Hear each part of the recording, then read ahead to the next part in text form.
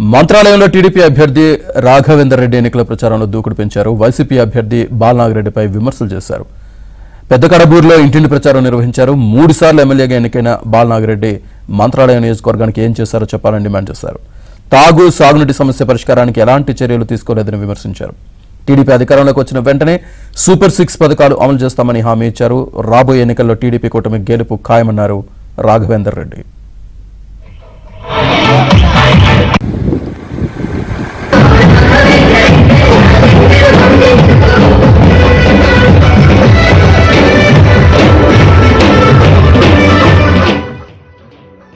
ఒక డ్రైనేజీలు లేవు, రోడ్లు లేవు. గత తెలుగుదేశం ప్రభుత్వం వేసిన రోడ్లే ఈ రోజు ఆ రోడ్ల మీద నడుస్తున్నాం తప్ప వైఎస్ఆర్సీపీ నేను ఈ పని చేశాను, ఈ ఫలానా వీధిలో రోడ్ వేసానని చెప్పుకోవడానికి కూడా లేదు.